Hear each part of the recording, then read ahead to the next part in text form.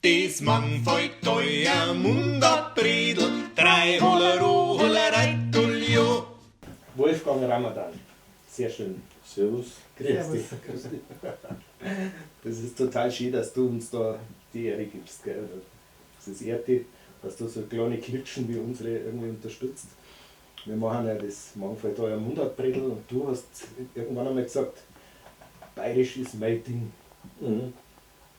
Du hast irgendwie in Bayerisch, glaube ich, so ein bisschen deine persönliche Heimat gefunden, oder?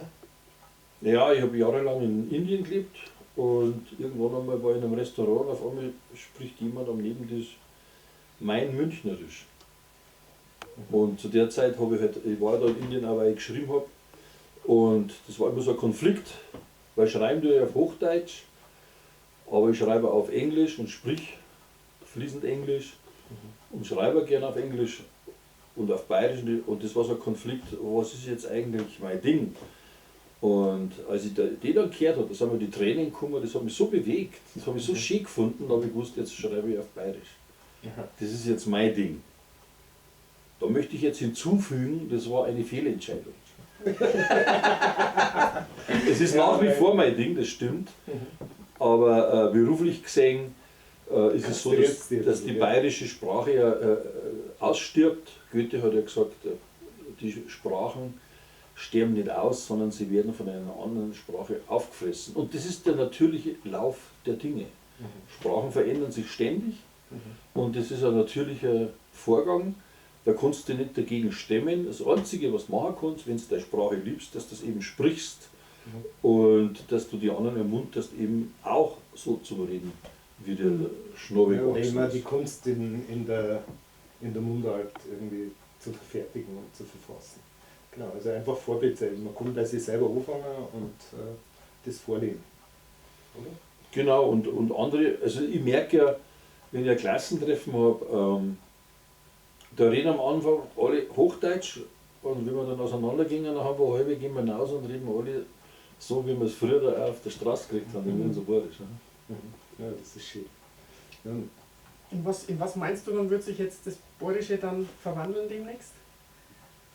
Weil du sagst, das lässt sich nicht aufhalten und die Ja, Sprache wird sich weiß ich nicht. Ich bin irgendwann jetzt so, mal im Laufe der Zeit... ja, ich bin kein Sprachwissenschaftler, aber es wird halt immer mehr Englisch in unseren Sprachgebrauch integriert, und das wird jetzt langsam, also wir sagen ja auch Trottoir und Pissoir und ja, das also haben die wir ganzen von französischen. 14 kriegen. Ja, und aber das ist natürlich, und das sollte man jetzt nicht so orthodox sein, finde ich, sondern das akzeptieren, und die Muttersprache hat halt, bewegt uns halt alle, da können wir uns sehr, sehr gut ausdrücken, oder am besten, weil wir eben so aufgewachsen sind, und das muss man pflegen, finde ich. Ja. Das Interessante ist, ich bin ja da im Deutzer Land, und da reden alle Bayerisch, kann man sagen, aber die Kinder nicht, weil sie es nicht wollen. Und weil es in der Schule ja nicht unterrichtet wird. Ja, und weil es schon fast da gemobbt werden, so wenn es richtig Mundart drehen oder so, dann Ja, das ist halt nicht cool. ja, Gell? genau. So ist ja, aber es kommt dann. Und interessant finde ich, dass da das eben im Ausland so gar nicht. Also gerade der Begriff Heimat wird eigentlich Heimat wird dann eigentlich erst so richtig bewusst, wenn man es mal nicht mehr so hat, oder nicht mehr so, wenn man nicht mehr so richtig drin ist. Ja. Jemand, der irgendwie, mein Onkel, der ist nie aus Fischbach rausgegangen. Der ist nie weiter wie 5 Kilometer weggegangen von seinem Hof, weil sonst hätte er irgendwie Zustieg gekriegt. Der ist nicht einmal in Mirschbach gekommen, von Fischbach aus. Irgendwie, für den war Heimat in dem Sinn kein Begriff. Das ist, glaube ich, Heimat, der Begriff wächst eigentlich so richtig erst, wenn man mal einen Abstand gehabt hat dazu. Also, glaube ich. Ja, das sind zwei Sachen. Das ist einmal das Praktische. Also, wenn ich irgendwo auf der Welt unterwegs war und dann komme ich hier wieder an und steige aus dem Auto aus, dann merke ich, oh, was ist denn das für gute Luft bei uns? Gell? Das ist das Praktische. Und das Theoretische ist aber, wo bin ich schon daheim, wenn ich nicht überall daheim bin? Die Heimat trage ich in mir selber, und ich bin mir selber, also wenn ich es nicht schaffe, von äußeren Umständen unabhängig zu sein, sondern wirklich das Glück in mir selber suche, dann bin ich immer abhängig, und dann und wenn ich dann nur abhängig davon bin, dass ich daheim hocke, dass ich mich Heimat fühle, dann ist ja das ein Gefängnis. Ja. Und ich meine, ich bin am liebsten da und ich versuche nicht mehr wegzufliegen und je älter ich wäre, umso weniger habe ich Freude am Reisen.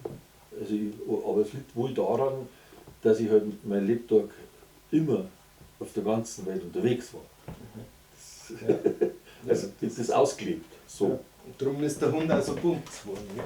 Irgendwie. Ich bin ja so ein bunter Hund, oder? Ich glaube schon, oder? Also du machst zumindest halt brutal viel. Also man kann das gar nicht so leicht in ein paar Sätze fassen, was du alles für Projekte und Sachen am Start hast. Aber es hat eigentlich immer alles so ein bisschen mit Schreiben da, oder? Und ein bisschen mit, wie du nennst ja Impresario, also mit der Impression, mit dem Eindruck, so wie deine Theaterstücke, das Sessellift-Theater, Pension Nirvana oder so, das war ja eigentlich eher so ein Happening, oder?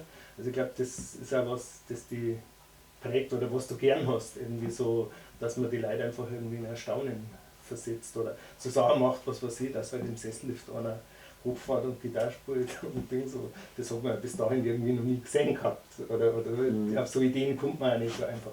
Also Impresario kommt von Impresa, das ist italienisch, das heißt Unternehmer. Und das wird halt gebraucht für Unternehmer in Sachen Kultur. Und der erste große Impresario war William Shakespeare, Georg Friedrich Händel und der Wolfgang Ferdinand Ramadan. Okay. Und das mit dem Pension Nirvana ist halt, da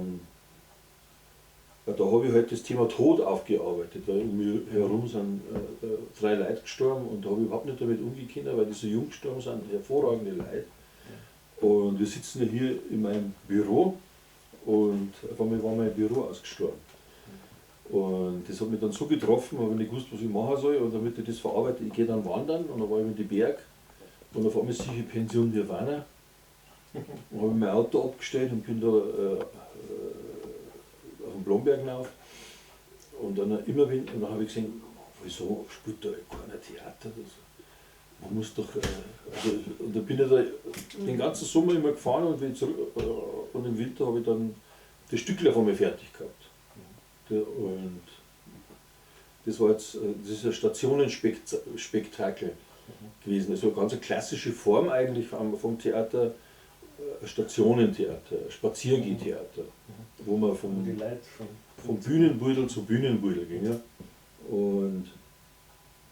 Und das war schon eine außergewöhnliche Sache, weil wie gesagt, das war zum allerersten Mal, vielleicht war es auch nicht zum ersten Mal, aber soweit wir wissen, war es das allererste Mal, dass ein Sessellift als Theaterraum genutzt wurde. Ja, das verstehe ich. Der Titel, es ist halt, ich glaube, die Triebfeder ist ja immer irgendwo die Emotion. Ja. Also die Emotion ist eine starke Triebfeder auf jeden Fall. Also ich habe noch nie aufs Geld geschaut, wenn ich irgendwas mache. Und ich kann halt nicht anders. Also das Stückel, als wir danach gefragt haben, wie kommt man auf so ein Stückel, ist mir aufgefallen, das weiß ich gar nicht.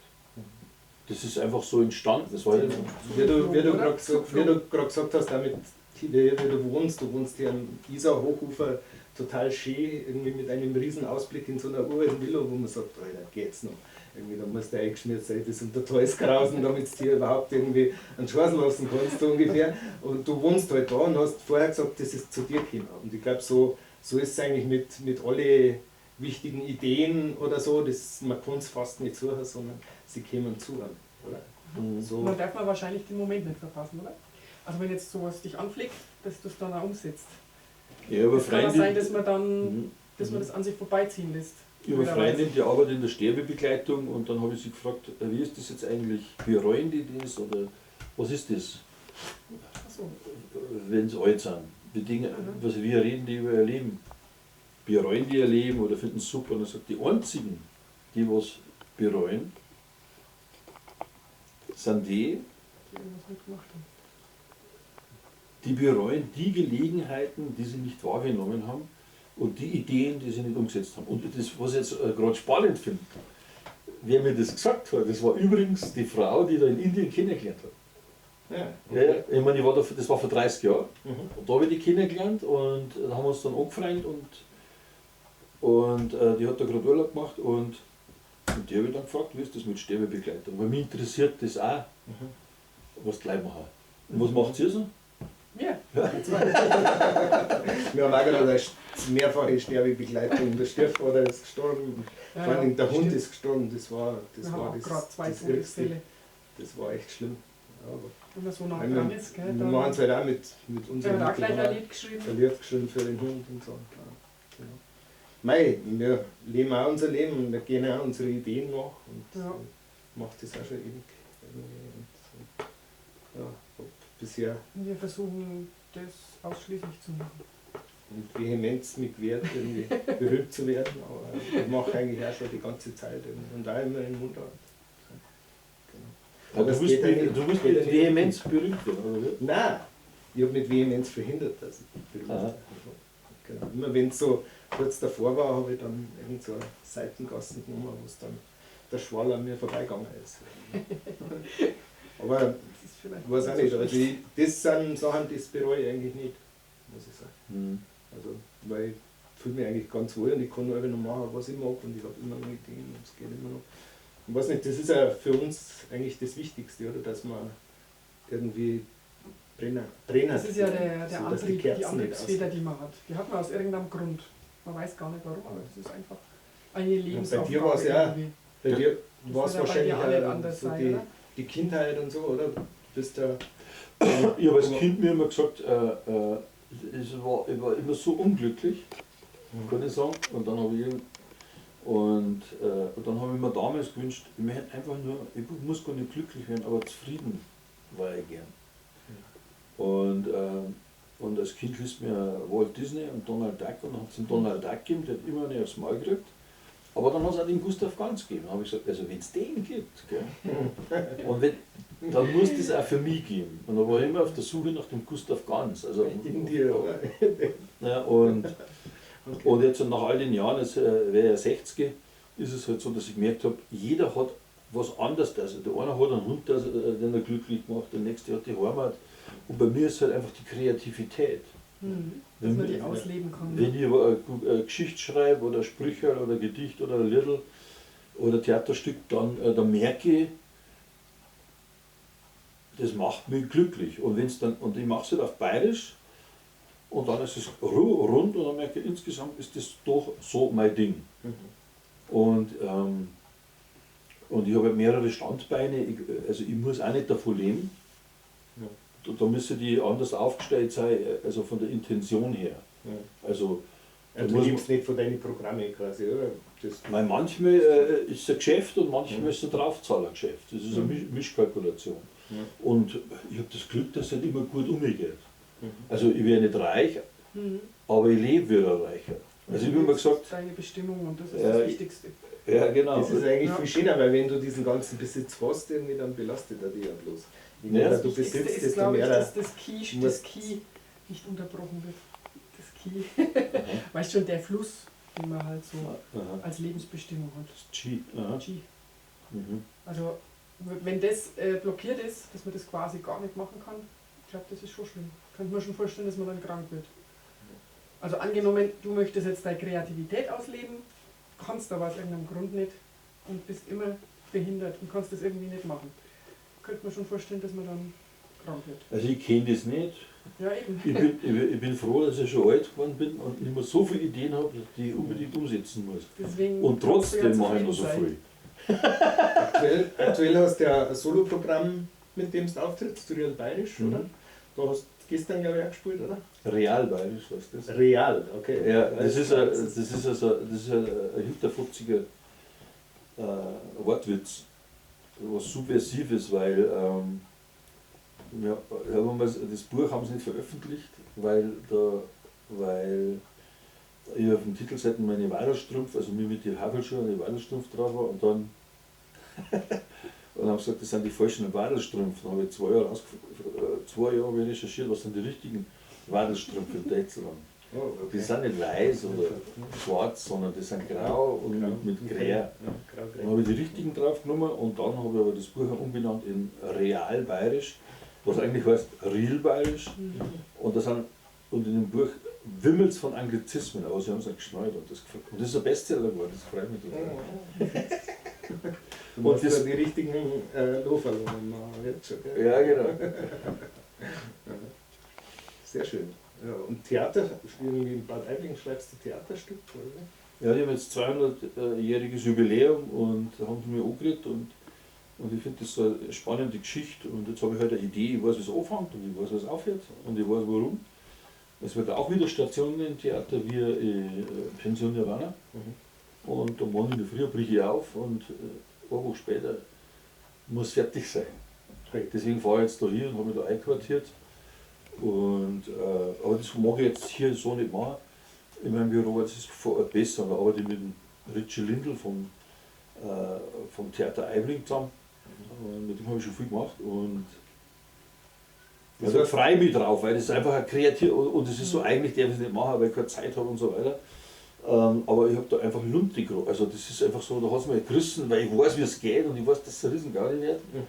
Also, und dann muss ich es auch machen. Wird das auch wieder eher so ein Happening oder hast du schon irgendwelche Vorgaben? Oder Das wird ein Stationentheater, da kriege ich mein Getränk. Weil kriegst du ein Getränk. Weil ich kriege einen Das wirst du nicht verdürsten. Danke. Ein Tee. Ja. Ja, das wird wieder Stationentheater. Und mehr kann ich, und ich weiß, mehr will ich dazu nicht sagen. Ja, das muss auch An dem erst noch wachsen, oder? Ja, ich weiß alles. Okay. Ich weiß alles. Und das wird halt ein bisschen, der wo das gegründet hat, das ist ja auch eine typische Geschichte, kommt hier, eine gute Idee gehabt und alle waren dagegen.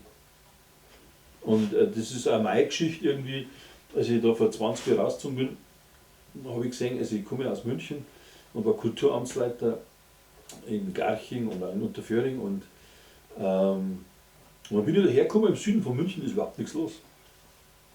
Nichts. Da gibt es 2 Häuser, also Theater, aber die stehen ja leer. Und wenn ich zum Bürgermeister gegangen ist, ich kann die schon beraten, wie das geht, er sagt er, Kultur brauchen wir nicht, Kultur haben wir. Ja, so wird der Bürgermeister bei uns, der hat auch gesagt, wir haben da, wieso, wir haben da einen Trachtenverein, die spielt Theater, das klingt doch für Kultur. Genau. Aber Das ist das Kulturverständnis. dann musst du oft Ja, und jetzt habe ich 12 Theater überall und jetzt, einfach mal, und jetzt machen wir die Stadtkonkurrenz, weil das geht ja nicht, dass so ein Privatunternehmer wie ich einer sagt, die kulturelle Grundversorgung sichergestellt ohne Steuergelder. Genau, kulturelle Grundversorgung Aha. nennst du das, gell? Und Brotzeit und Spiele heißt die Firma. Oder? Genau. Ja, genau, dass man das auch gesagt hat. Genau. Dann machst du in 12 Städten machst du das Kulturprogramm mehr oder weniger. Genau. Hast da quasi eine Art Monopol, oder? Sagst du, ich mache euch das und dafür. Ja, Monopol habe ich nicht. Leider. Nein, Monopol habe ich nicht, weil Kultur ist ja vielfältig. Ich bin ja ganz speziell. Ich mache halt das mein Lebtag. Du hast schon viel gesehen, gell? Und ich habe das schon immer gemacht, ja. Und durch dieses Netzwerk, das einfach natürlich entstanden ist, weil ich selber auf der Bühne stehe und aber auch als Kulturamtsleiter in diesem, also Garching, ich war ja früher mal, es war das erste Bürgerhaus in Deutschland. Und Das ist ein Großbürgerhaus, ja, richtig schön. und das waren die ersten, die wirklich viel Geld in die Hand genommen haben. Und das habe ich halt jahrelang gemacht und da habe ich das quasi von der Pike auf gelernt, das Geschäft. Und habe da dort ein Theater gegründet und das ist mir halt ins Blut übergegangen. Also das ist so, jetzt kann man es ja studieren, Kulturmanagement, jetzt gibt es eine Ausbildung zum Kulturfachwirt oder da kann man als eine Lehre und so. Also zu meiner Zeit hat es ja nur Künstler gegeben, die sowas gemacht haben und Organisationstalent gehabt haben.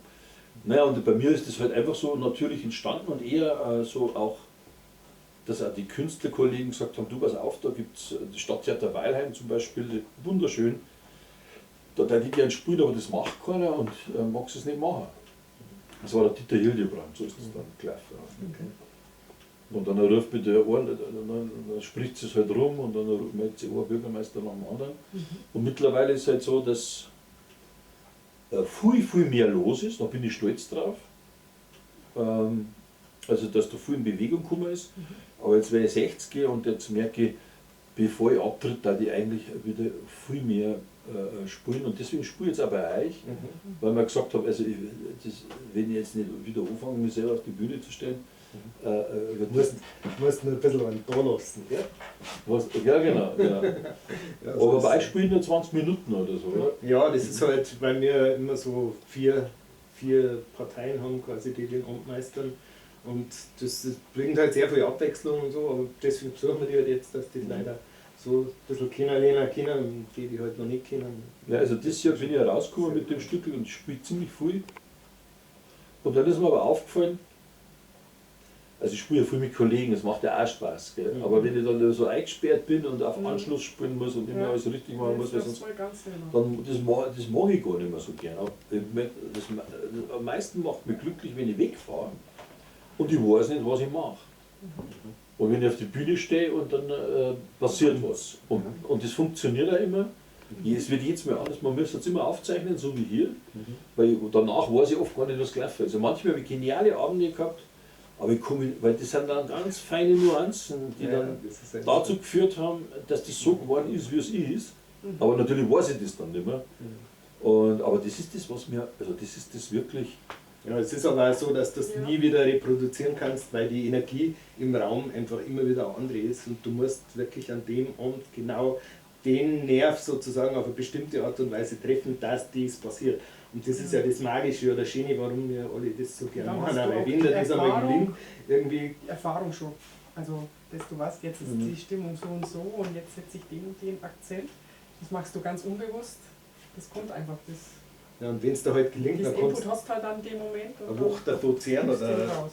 noch länger, gell, dass du Das halt ist halt so schöne das mal Momente. wieder geschafft hast. Aber das schaffst du nie. Jetzt mal, du kannst das glaube ich auch nicht wirklich reproduzieren. Also bis auf einen gewissen, klar, wenn du als Künstler ein Programm hast, das gut läuft irgendwie und du spielst das quasi aus dem Klarhirn raus, es kommt einfach alles wie aus der Pistole geschossen, dann funktioniert das schon. Aber diese wirklich magischen Momente, das ist ja oft einmal nicht, dass 200 Leute lachen oder 200 Leute irgendwie glücklich sind. Manchmal langt schon, dass einer warnt oder so, weißt du, wie man, also dass du einen wirklich so berührst, dass du ihn selber spürst, da im Publikum drin oder so. Dann, das sind, finde ich, so die Momente, wo man wieder weiß, warum man es macht. Oder? Ja, da muss ich dazu sagen, also früher war das alles getimed, also das waren geschriebene Stücke, wo die jahrelang auf dem Schnauferer genau exakt wiederholt wurden. Genau. Und auf dem Schnauferer genau exakt immer an der gleichen Moment aus der Nadel fallen hängen können und die Leute haben gewarnt. Und die waren ganz unten und haben es rausgekriegt und sie haben getobt. Das war Münchner Volkstheater. Da habe ich ein Jahr lang regelmäßig gespielt.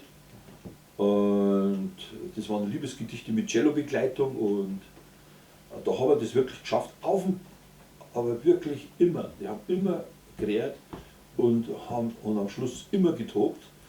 Und das war auch einer meiner größten Niederlagen in meinem Leben, weil das war ein Riesenerfolg beim Publikum und in der Presse. Also sie haben geschrieben, das ist genial und was weiß ich und das Beste überhaupt. Aber keiner der Agenturen hat das jemals verstanden. Der Fernsehen hat es nicht verstanden. Die haben alle Angst gehabt vor dem, weil es so eigen war, so fremd. Da ist einer der Zeit bayerische Liebesgedichte. Damals war bayerisch überhaupt nicht in. Da hat es einen gegeben, das war der Buchner und ein Willy Michel und das war es dann quasi. Und das war dann auf einem, und dann war das auf so einem Niveau. Die Agenturen haben mir abgesagt, das Niveau ist sei zu hoch. Das ist Hochkultur. Das ist ja die allerschlimmste Niederlage. Das ist Hochkultur und das interessiert keine Sau. Und das hat aber dann dazu geführt, dass ich gesagt, okay, wenn das so ist, dass ich nicht davon leben kann, dann veranstand ich mich selber. Und so kam das auch, dass ich jetzt 12 Theater habe, weil ich mir gedacht habe, wenn mich keiner engagiert, dann engagiere ich mich selber. Und dass das dann aber so ein Selbstläufer wurde, dass das dann gleich 12 Theater geworden sind, das, wenn ich vorher gewusst hätte, hätte ich es nicht gemacht, aber damals habe ich gedacht, ich weiß nicht, wo meine Kapazität liegt. Und dann habe ich das allein gemacht. Nein, 12. Ja, Das habe ich allein gemacht und dann mit der Pension Nirvana, als ich dann auch noch dieses Stück gemacht habe. Und dann habe ich noch 2 Filme gedreht in dem Jahr. Und dann habe ich gemerkt, ich brauche Leute und seitdem habe ich jetzt 4 Angestellte. Und ich merke aber auch, dass ich alt wäre und die ganze Organisation, das interessiert mich jetzt, wenn ich ehrlich bin, überhaupt nicht. Aber ich habe 3000 Abonnenten und ich habe ganz viele Künstler, also ganz viele Leute sind quasi davon abhängig. Und das kann ich, jetzt habe ich da ein Monster erschaffen, sage ich immer, die muss ich jeden Tag in die Augen schauen. Okay. Aber ich habe tolle Mitarbeiter und die nehmen mir sehr viel ab, sodass ich halt jetzt auch wieder selber viel spielen kann. Aber ich war ja wirklich von der Bühne ziemlich lang weg, was ich aber nie aufgegeben habe, war Schreien. Also Ich schreibe viel. Ja, Bier hast auch Gebrauchslyrik, das finde ich einen sehr, sehr interessanten Begriff. Was hast du ja geprägt wahrscheinlich, oder? So ein bisschen. Das kommt, glaube ich, sogar von Brecht. Das habe ich aber nicht gewusst. Ich habe das für mich erfunden. Das stimmt, aber es hat es vorher auch schon gegeben. Also viele Sachen entstehen ja nicht nur oft parallel, aber völlig oder also mehrere Leute machen die gleiche Erfindung gleichzeitig. Das kommt oft vor. Aber es wird oft was erfunden, wieder vergessen, dann wird es wieder erfunden woanders. So. Und Gebrauchslyrik ist halt so, weil ich sehe mich nicht als Dichter, sondern ich sehe mich als Musiker. Also damals war es so, ein Gitarrist und habe, aber ich habe immer so viele Ideen gehabt. Es ist gut, wenn du meinen Text brauchst, dann schreibst du nicht auf. Jetzt ist mittlerweile, muss ich anerkennen, das ist das, was mir am leichtesten fällt. Also meine Kernkompetenz ist dann doch der Text. So. Die Sprüche, die du da so hast, die sind ja sehr, sehr deriviert, irgendwie so knackig. Immer einen guten Spruch für alle Gelegenheiten sozusagen. Oder? Das ist so Ja, ich schreibe halt viel und irgendwann einmal ist mir aufgefallen, das war noch nicht so lange her, dass wenn mir einer ein Lyrikband schenkt, dann ist es mittlerweile so, dann blätter ich so durch und suche die kürzesten raus. Und so bin ich auf die Idee gekommen, jetzt suche ich mir alle meine ganzen kurzen, dann habe ich ein Buch gemacht und dass das dann gleich so einschlägt, dass es ein Bestseller wird. Kürze liegt die Würze. Damit habe ich nicht gerechnet. Wenn es viel Worte braucht, dann ist es Das wäre ein perfektes Weihnachtsgeschenk, oder? Ja, ich müsste halt das jetzt irgendwie vertreiben, ich wollte es nicht auf Amazon tun, weil ich finde, das mag ich nicht. Aber die Buche, also und ich habe auch keinen, der das vertreibt, aber. Aber bei dir auf der Homepage, oder? Da kann man Ja, aber wir haben als Shop. das ist einen riesen Umsatz gemacht. Aber ich tue es nicht bewerben, weil das ist dann wieder zu blöd. Also aber bringst ein paar mit, wenn es kommst zu uns. Gell? Ja. wenn es nicht Die Veranstaltung ist im Übrigen ausverkauft schon. Echt? Ja. Also bei uns gingen nur 74 Leute nicht. Aber Das war auch das nicht ist kuschelig. Ja, das ist so, der Keller wird im ersten Stock irgendwie ganz vogelwild und der hat da so Der Keller wird im ersten Stock. Das Valentines. und hat da so schöne alte süßfranzösische Tisch, die hat er gekauft von einer Partnergemeinde. Und das ist irgendwie eigentlich der Schützenverein drin in dem Raum. Und hat irgendwie sowas von einer Arena. Also es ist einfach, die Leute sind sehr nah da. Es ist pumpvoll, wenn Das ist kein Wettbewerb, hoffe ich. Nein, um Gottes Willen. Ja. Das lehnen wir auch komplett ab. Also dieses Kultus Leben, das mache ich nicht. Ja. Dieses ganze Wettbewerben hat uns Musiker eigentlich das einzige genommen, was wir wirklich haben, nämlich die Gemeinschaft. Weißt du, ich meine, jetzt heutzutage alle gegeneinander, der bettelt den und der bettelt den. Und im Grunde, wenn wir uns zusammentun, dann entstehen so wunderbare Dinge. Wir haben auch so einen Brauch, dass wir am Schluss irgendwas miteinander machen, egal was so rausgeht. Finallied, alle Also zusammen. Finale und so. Also wir probieren da auch so ein bisschen was im alten Stil aufzuziehen, da mit dem Manfred Horn. Und du bist der Vater des Schreibens zum Tag. In diesem Sinne, Ja. oder? Genau. Sagen, beschließen wir das dabei. Auf ins Mannfalltal! Sehr gespannt. Das Mann fällt euer Mund ab, Bredel,